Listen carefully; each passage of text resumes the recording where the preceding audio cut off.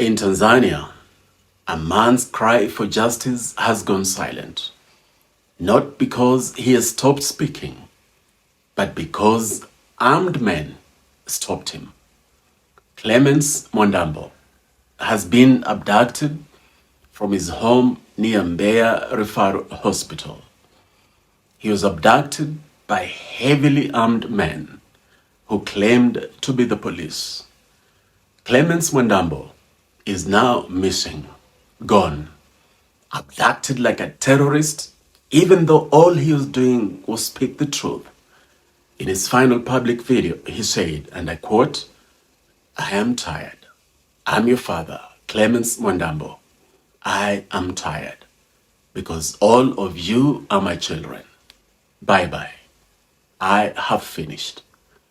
These words must not become his last words. The government must release him immediately. They must say where he is, why they stormed his residence like that, and why a law-abiding citizen was dragged away as if he was an enemy of the state. Clemens was one of the few Tanzanians brave enough to speak out openly against this regime's hypocrisy and impunity. Most Tanzanians are understandably afraid to speak out. They fear abductions and killings.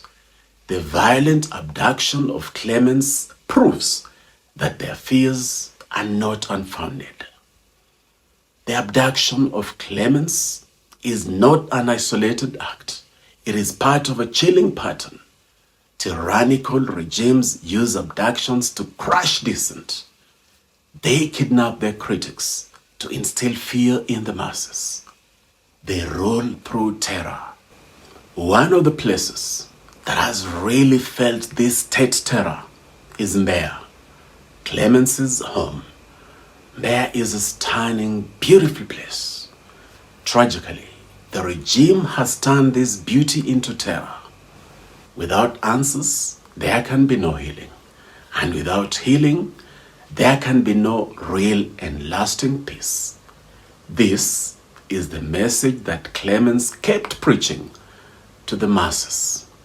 Evidently, the regime knows that he is speaking the truth. That's why they have abducted him.